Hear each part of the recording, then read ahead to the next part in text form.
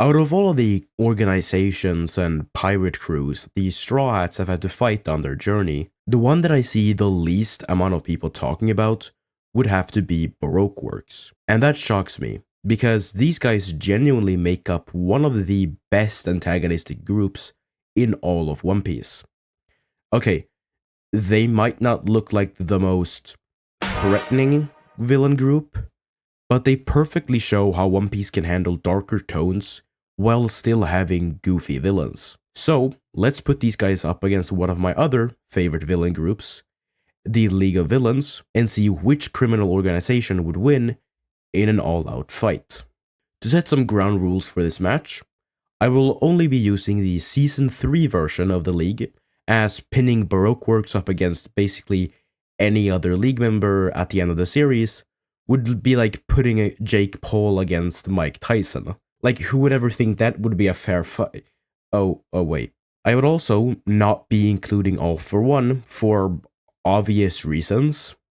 And instead of including the 100 plus members that are part of Baroque Works, I will only be using the top 5 male and female agents, along with Crocodile and Robin. With that said, let's start by going over Baroque Works scaling. While he is treated as kind of a joke, Mr. 5 is actually pretty powerful. His explosive kicks are able to deal pretty substantial damage to Luffy, and meanwhile, a Zoro who is weaker than this Luffy was completely unharmed after the house he was sleeping in was blown to bits by a buggy ball. The buggy ball's power is directly stated by Buggy himself as being able to level a small town. But this might not be 100% accurate, given that Buggy likes to hype himself up, and saying that it's able to level an entire town might just be him trying to impress Nami. However, we know that at the bare minimum, it has an explosive yield of around 170 tons of TNT due to it pulverizing the ground, or I guess the roof of the town hall or whatever that building was, I'm not really sure. Regardless, this would comfortably put Mr. 5 right above the middle of multi-city block level with his explosive kicks. Obviously his booger bombs and durability wouldn't scale to this level, but it is a pretty good middle ground for his AP. It can also be argued that the buggy ball would actually be small town level, as we can calculate an explosion caused by the buggy ball to, well, be small town level. The reason this might not be entirely reliable because this technically takes place after Orange Town, and as such the buggy ball might have become more powerful as Buggy traveled the Grand Line. Still, we can estimate that Mr. 5 should reliably be between multi-city block and small town level. Every other agent barring Robin and Miss Valentine would scale to or above this, but getting definitive numbers for the other agents is a little bit more difficult, but we can make some estimations. Pell was able to not only survive the Alabasta bomb, but he only really ended up with a scar on his chest. While the explosion itself was small city level, the energy that Pell was hit by would only have been around town level. This doesn't mean Pell is town level, but it does mean that far higher scaling characters such as Luffy and Crocodile would probably have attack power in the town level ranges. Something that is consistent, as Crocodile can generate large town level sandstorms with his Devil Fruit. Something that doesn't directly scale to his physical strength, but is still worth noting. This means that the agents we will be using for this fight would range from multi-city block level to the lower ends of town level. As for speed, we have a pretty good feat during Alabasta that would scale to basically every agent. This comes from Miss Doublefinger being able to react to lightning from Nami's climb attack.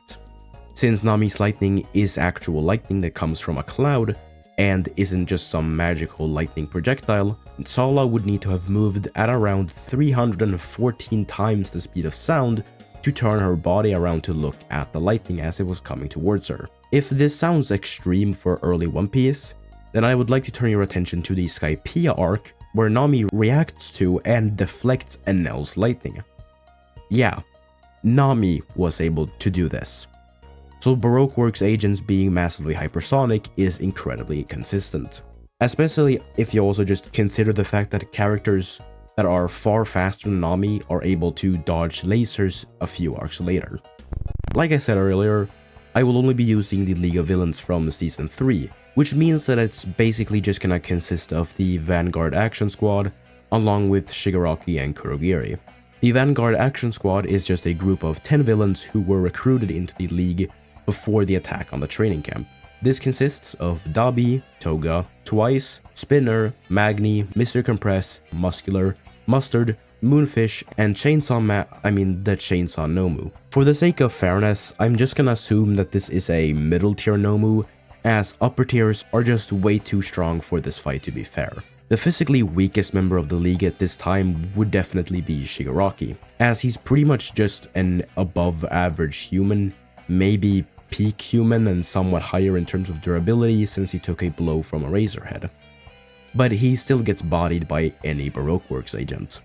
For characters like Toga and Twice, we can scale them based off of Uraraka's durability. Toga is shown to be pretty relative in strength to Asui, and Asui is of course much stronger than Uraraka. Yes, Uraraka was able to pin down Toga, but that's not entirely because of her physical strength, and Toga is clearly not taking it seriously. Also, when Uraraka lost focus, Toga easily threw her off, showing that she is indeed physically superior to Uraraka. This means that her punches and kicks should be able to damage Uraraka, and during the sports festival, we see her withstand Bakugo's normal explosions, the exact same explosions that were able to bust through Todoroki's ice, which in turn can stop the force of Wolfram's metal pillars, which I have calculated to move with town levels of kinetic energy. Now this is not to say that Uraraka could just tank one of these pillars straight to the face, but it does still mean that Toga has some level of relativity to Bakugo's explosions, and as such she would somewhat downscale from the town level pillars, which should put her at around small town level and high multi-city block level at the very least. From there on, characters like Magni and Spinner should have relativity to 5% Deku, who is able to dropkick right through the aforementioned town level pillars. And we can safely place the middle tier Nomu right around this level as well.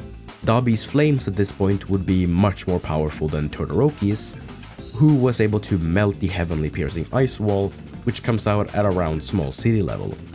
Now yes, he did do this over time, which means that it doesn't just straight up scale to his AP, but considering that he did this without actually activating his flames, I think it's fair to say that Dabi would at the very least scale to this. And finally, for the strongest League member at the time, Muscular.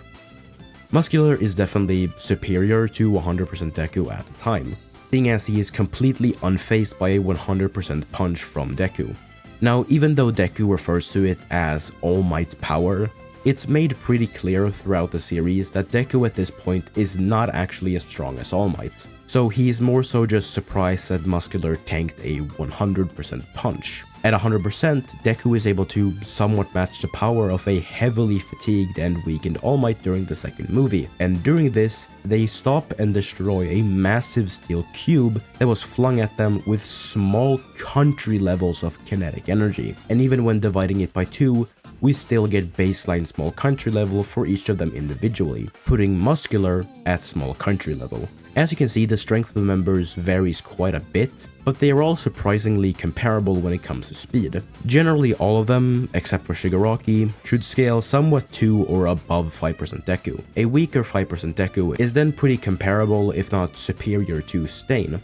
And as I went over in my Stain vs the 7 video, Stain should be relative in speed to base number 6 from the My Hero Academia spin-off series Vigilantes, in which number 6 is able to perform a sub-relativistic speed feat when amping his speed by several dozen times using overclock. Depending on if you think several would mean 3 or 4, this would make overclock a 36 to 48 times speed amp, which would then put Stain at around Mach 210 to Mach 280. Not quite on the level as the higher scaling Baroque Works agents, but since Dabi and Muscular would be faster than 5% Deku, it's safe to assume that they would be relative in speed to the higher ranking agents. Now, knowing what we know about the scaling, who would actually win this? Well, most of the members from each side would actually be pretty relative to each other, with Dobby and Muscular being the ones who drastically outscale, which would push this more in the league's favor.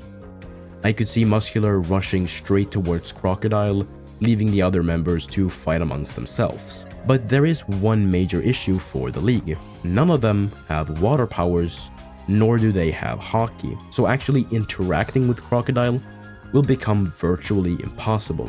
But at the same time, it's not like Baroque Works has any member that can actually realistically damage Muscular. I could see Mr. One and Crocodile getting some minor shallow cuts using their devil fruits, but Muscular can not only just one-shot Mr. One, but he can also regrow new muscle fibers, which would make the little damage they might be able to inflict basically irrelevant. But here is where it gets interesting. As we know, Crocodile's standard kit includes his hook, which he can coat in a powerful poison.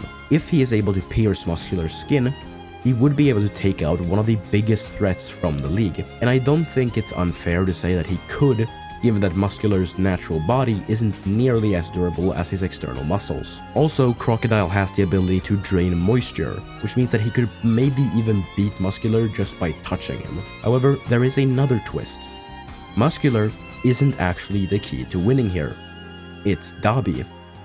As we know, Logias are invulnerable to regular physical attacks, but most of them don't become totally intangible. Crocodile is still made out of sand, and sand melts at temperatures of around 1700 Celsius. Dobby's blue flames should at the very least range between 1500 and 3000 Celsius. Dobby would actually be able to melt Crocodile. Now, this isn't to say the league automatically wins. While Dobby's AP outclasses all of Baroque Works, his durability doesn't actually scale to the AP of his flames.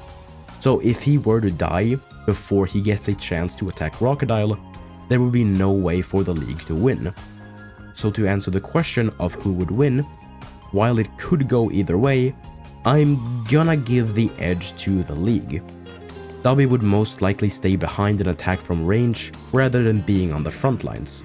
So the battle would most likely end in Crocodile killing Muscular and Dobby melting Crocodile after the rest of the agents had been finished off.